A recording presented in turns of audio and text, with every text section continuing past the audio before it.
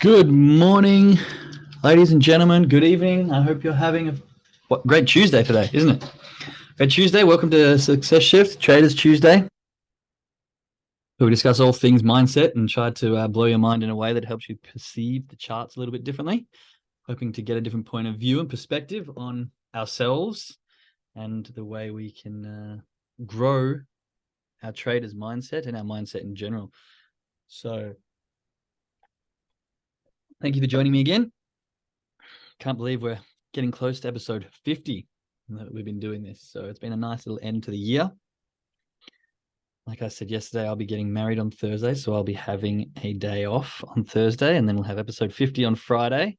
And then I'll be taking a break for the rest of the year to enjoy holidays and time and come back in the new year. So I've got a couple more episodes left for this year, and I hope you can join in and get involved and step out of your comfort zone at the end of the year. Sometimes I find the end of the year is a good time to really kind of push the boundaries, take everything you've grown or everything that you've developed within the year and start putting it into practice. Lots of people look at New Year's resolutions, which I think are great.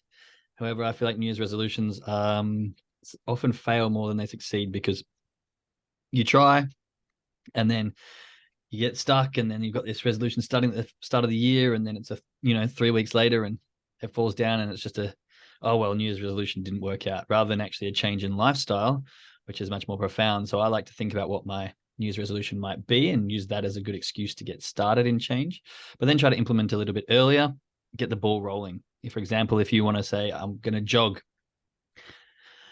3 days a week, 5 days a week, whatever it is, start of next year, then why not do one jog or two jogs, just to get a little bit warmed up, see what it's like, get out of that comfort zone, because you might get to the very start and be like, oh, this is actually so hard. And you jump in too full steam and you just get overwhelmed, and then it's unsustainable. So I like to try and bring my New Year's resolutions forward a little bit. I use jogging because I've been slack this last couple of months, weeks specifically, and want to get back into that. So I'm going to try and at least get 2 jogs in before the start of the year so that I can start my New Year's resolution off with a little bit of, toes in the water. But for now, I've seen some gratitude come in the chat, which I really, really love. And I'd like to share today that I'm very grateful for my mum today. My mum especially, she was helping me in the progress of my journal. So my emotional trading journal, which has got about 40 pages of trading psychology at the start, as well as in-depth analysis on why and how to use this journal. That's coming along nicely. It should be out hopefully by the end of the year, so that we can all get onto that if you'd like it, and start the new year fresh, clean slate, new journal, new way of looking at things, new way of tracking, fresh head of steam, getting on top of these emotions, getting on top of these habits that we're just trying to kick, and really shifting that mindset. So I was very grateful for her to go through, spend the time along with a couple of others, editing, making sure that my grammar's not my forte, so helping me out there and helping me out with a bit of the spelling and things like that, and just the layout. She was quite good at that. Very nice to be able to jump on a call. We live on the other side of the world, so very grateful for her to find the time to go through that with me. Also grateful for others that are willing to help, just help out of the goodness of their heart as well, without any expectations. It's not often you find a community of people who they're just really wanting to help other people, wanting to see the people around them succeed as much as they want to succeed. And it's a really nice feeling. And so for everyone who gets involved, who shares, who helps grow and develop, I'm very, very grateful for all of you. So thank you very much. And I'm looking forward to, the next couple of episodes and the rest of this year, and then ready to kick off the next year with a big bang and get started and really make some leaps and bounds in progress with all of you, especially the few of you that have showed up morning after morning after morning, being here nice and early, trying to grow yourself and better yourself. Thank you so much. So in the chat, we have some gratitude.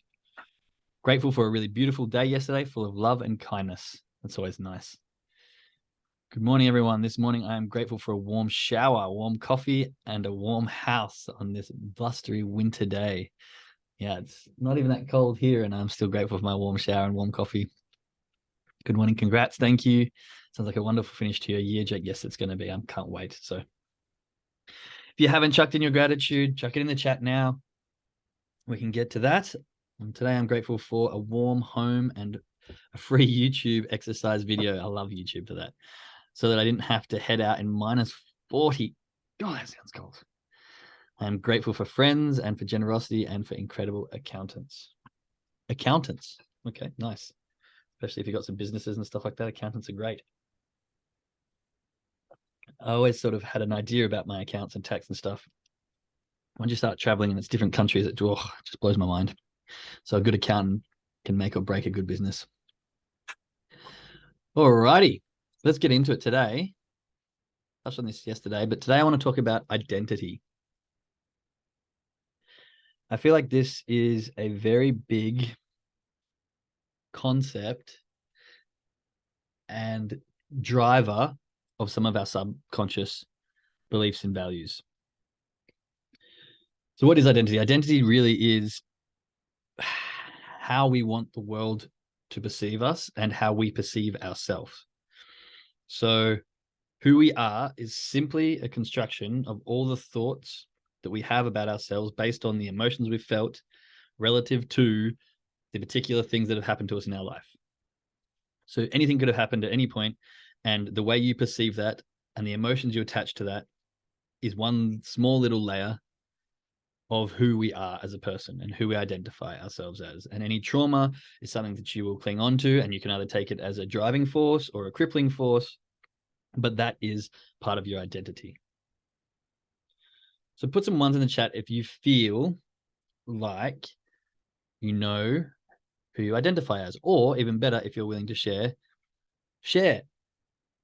How would you explain I identify as, or I am this, or what was the first few things that pop into your head when someone asks you who you are? How do you identify yourself? I'm grateful for all of the abundance in my life and the ability for my family to give back to those less fortunate. Oh, that's great. It's so nice. Good on you. So yeah, if we have anyone willing to share, just type, if I was to say, tell me about yourself, what was the first thing that pops up and how would you identify as? An earth angel in disguise. I love that. Brilliant. Okay. So we have one. Anyone else willing to share? Now, this doesn't have to be like multi-level. I mean, you can identify as in many different areas. I'm a mum. There we go. That's a very common one. I was expecting someone to put that in there because, mums are proud of being a mum. They love it and it's great and they should be. I've still yet to identify as a dad, to be honest. It still blows my mind that I'm in this category now, but I am a father as well. And I'm very proud of it. So we have a mum. That's great. And like I can say, I am a dad. So these kinds of things we identify ourselves with. And now what I want you to think about is what are the conditions that come along with that identity. I know my identity, but I often feel there is a disconnect with my identity and how I perceive myself. Okay, this is really good, because this is kind of the concept that we want to get to. So I know my identity, but I often feel there is a disconnect with my identity and how I perceive myself. So this is what I want to ask. Does this mean that you know your identity, or you know what you want your identity to be? Because these are two very different things. We have the identity, who we are right now, without fail, right? It is who we are. Like, you don't second guess these things. They're just ingrained. And if I was to shoot off a bunch of questions, I know in a conversation, you'd be able to answer them pretty quickly because that's just who you are. That's your identity. But then we have the identity of who we want to be and how we perceive ourselves to be. And often these aren't the same. And I think it's quite good if they're not the same, because it means, you want something more for yourself. You want to grow, you want to better yourself, you want to develop, you want to stretch yourself out, you want to identify as something new. I mean, the two sides to that coin, be proud of who you are and identify as that, or, be proud of who you are, but also wanting to grow and develop and identify as something more, something new, shall we say. But let's use the mum example because it's great. So I'm a mum. Straight away from that, we know you have kids. We know that you're probably busier. You don't have as much free time depending on their age. And I'm using this because I'm dad, mum, interchangeable at this point. We know that you're probably caring and loving and having all these good natures, nurturing sort of instincts, and all these things come along with that identity. So as soon as you say to someone, I'm a mum, without any further conversation, these are thoughts and perceptions that come to other people's minds. And there is a subconscious level of the thoughts and perceptions that come to our own minds when we identify as that. And so what we can do is we can start to shift who we identify as. So Tamika, this goes back to what you were saying. Sometimes I feel a disconnect with my identity. Is that because you're not fulfilling the shoes of the person you want to identify as? Or because you have confusion at who you are right now? I think there's two different areas here. And often we want to be something different. We want to identify as someone new. And the best example I can use for this is smokers. So there's a very good study, and it's killing me that I can't think of who actually did it.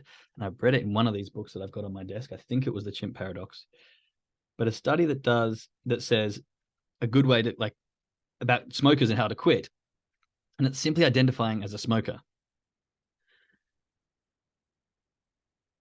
So when you're a smoker, people will often say, do you want a cigarette? No, thanks. I'm trying to quit. So therefore, you're identifying as a smoker who is trying to kick a bad habit. This means that you do smoke. This means that you do enjoy it, but you're trying to force yourself out of this behavior, out of this identity into something else. But if you shift your verbiage and you start to identify as a non-smoker, because the decision is that you've quit, not that you're trying to quit. See the difference here? So I'm a smoker. No, thank you. I'm trying to quit.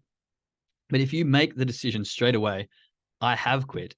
And now when someone asks you, do you want a cigarette? You go, no, thank you. I'm not a smoker. You're now identifying as a non-smoker. Therefore, the person's perception of you is, oh, they're not a smoker. Why would I offer them a cigarette anymore? I don't need to ask them to come out and join me. Smoking around them is a different thing. And all these connotations that are associated and the perceptions that are associated with people who are trying to quit smoking are completely lifted. The attitude towards you different. The behaviors towards you are different. And this is simply by deciding I'm not trying to quit. I have quit and I am no longer a smoker. And this shift in identity, like the definitive shift in identity, is what's going to move us forward. Who do we identify as now? And I want to identify as that person is kind of leaning on the left side, like wanting to reach out, and then actually identifying as someone has taken that shift from the old you to the new you, the person you want to be from the person you are. Now, I just want to make you answer this question. So, because I feel like I'm not fitting the shoes of who I am. Yeah, so this is very common. I have the same thing. And I think this is when you're stretching your bounds and you're growing and you're expanding. And you, in your mind, are trying to identify as someone new, someone developed. I am a trader. And this is where I'm leading to this. Do you now go onto the charts and say, oh, yeah, I'm learning this skill of trading. I've just started trading. I'm just trying to figure it out. Or do you identify as a trader? I am a trader. That's what I do. I day trade. See, there's two very distinct differences between I am a mum trying to day trade and I am a day trader. One infers that you're still learning, that you're not sure if this is right for you, that you're just trying to, get your feet wet. And the other infers that that's what you do, that's who you are. Doesn't matter if you're still growing or developing or getting better, but that is you. Does this make sense? Before I go through this chat, just chuck some ones if that's clicking to some people.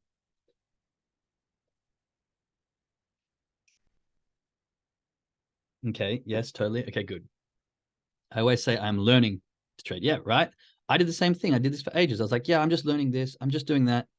But as soon as we remove that shield, which is what it is, it's a protection, because if we fail, it's like, oh, well, I was just trying. I was just giving it a go. So I failed, but it's not really me. I was just trying. It's a 50% effort. It's not going all in. It's an indecision. Once you go, yeah, I'm a day trader. I'm a day trader who fucked up yesterday and made some horrible decisions. I'm a day trader who's in drawdown on my long-term profitable goals. I'm a day trader who's definitely got a long way to go. These are all very okay statements, but you are a day trader. You're identifying as it. You're solidifying it as that is who you are. That's who you're going to be. You think people who get drafted into the NBA, they go, oh yeah, I'm a college student who's just trying, just having a go in the NBA. No, as soon as you get drafted, even if you're the worst in the whole bloody league, you go, I'm a fucking NBA player. Look at me. I'm amazing. Yeah, you've got a hell of a long way to go to get better and, get to the top. But you're proud of it. It's who you are. And that's what makes you start to get better. We should be doing it the same here. I am a day trader. This is what I do. This is what I'm going to do forever. If you're so confident, if you're confident enough that this is where you want to be and this is what is going to drive you forward, and that you do deserve the 7-figure accounts, you do deserve the freedom that this provides, you do deserve the lifestyle that you want, then start identifying as that person today, not waiting. Because you'll get to a point where you're waiting and waiting and waiting, and then finally you decide, right, that's it, I'm changing, and that's when things will start to progress forward. It's really important to understand this and be proud of the person you are and identify. And this can be relative to any area of your life. It took me ages to identify as a jogger. I never said I was a jogger. I just said, oh yeah, I like going for a run every now and again. No, I'm a jogger. I do that now. Right, I'm going to go back through these chats because I see a few coming in that I've had to skim over. I can relate to that. Yeah. So when you identify as a parent, you feel success and failure because based on your children's success or mistakes. Yeah, this can be a really good point. And I suppose it's hard for me to say here because I'm a brand new parent. And so everything I say could be completely redundant in a couple of years. But I feel it also depends on how you identify it. If you live through your children and identify as, just them, just their parent and nothing else, then it's easy to make yourself feel like you have succeeded or failed based on them. But if maybe you identify as someone or something who is also a parent and is a great leader at showing them, then their failures aren't so much a reflection of you, but what is a reflection of you is how you deal with them through their failures, how you help them through their mistakes, through their lessons, because kids are going to make hundreds of mistakes. That's the beauty of them. They make them, they don't care at the early ages. What happens is they make mistakes and adults care, parents care. Then we make big deals out of it, or we make them feel one way or another because we're just trying to do the best we can. But as soon as we accept that failure is just part of life and it's just fine, then it's not so much about, oh, I am this because they failed, but more so, how can I help them through this? Everyone fails. I can be a good parent by giving this or giving that or doing this. And now, like I said, please don't jump down my throat. I'm a brand new parent, and so I might get a rude awakening when when my kids are a little bit older. So I do understand that I am new to this, but this is my belief behind it as of now. Okay, got some more chats coming through, but I'm just going to try and get through these before I catch up. I'll put to me, I relate to that as well. I think we have seasons in life and we flow in and out of who we are and want to be. We definitely have seasons. And I think we get moments where we're on fire, we're in that flow state, everything's working well. And we can just like make things connect. And then we have struggles as well. It's the ups and downs, the ebbs and flow of life. And I think it's embracing both of those and going, yeah, okay, this is a hard part. This is a struggle, but this is part of it, because without struggle, success doesn't feel like anything, because it's, what's the quote? If everyone could have Ferraris and six packs, then they wouldn't be worth shit. The thing is about having a Ferrari or a nice car is that you worked your ass off to get it. The thing about having that chiseled body is that you worked your ass off to get it. That's what makes it good. That's what makes you proud. And so with the ebbs and flows of life, we flow in and out of those states of being who we want to be and not, because we are ever changing and we're growing and we're developing.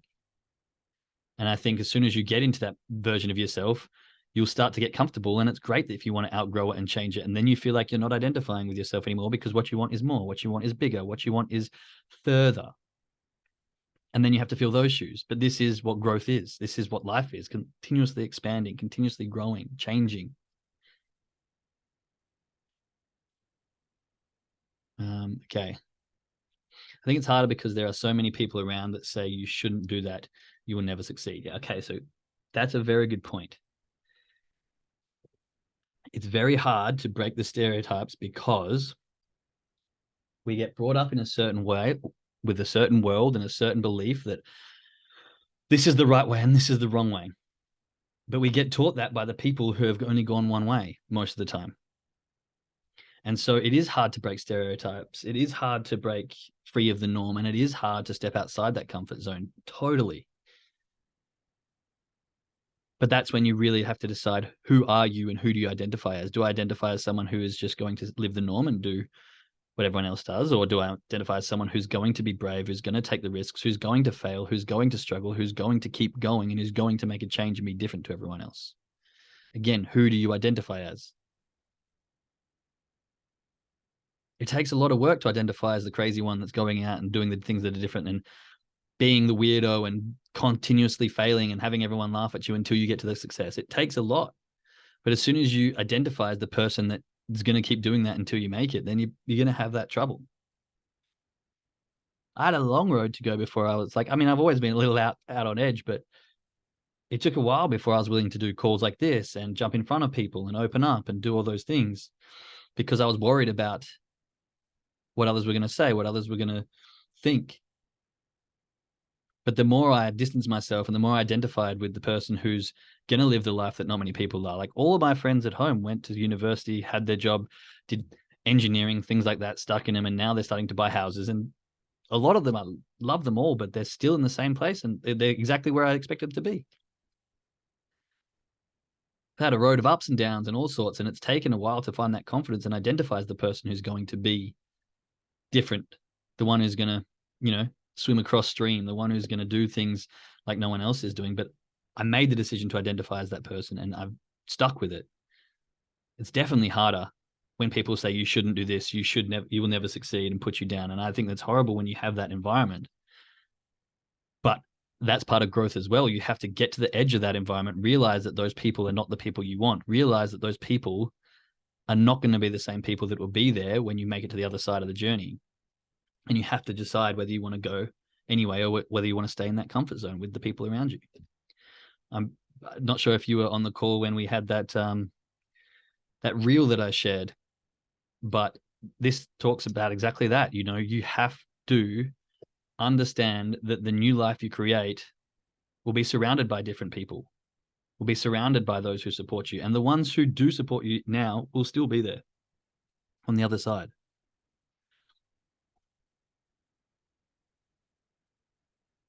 Sometimes the road less traveled is the harder one, because you do have to embrace that ridicule.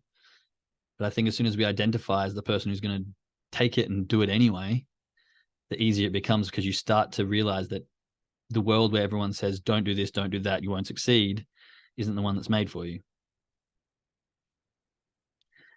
This is the hard part for me. My identity is not in what I do. I say this because I struggle with finding my worth in performance. When I am not performing to my standard, I struggle to see my worthiness. I want to reconcile this in my mind. My worth is not based on my performance. This is so true.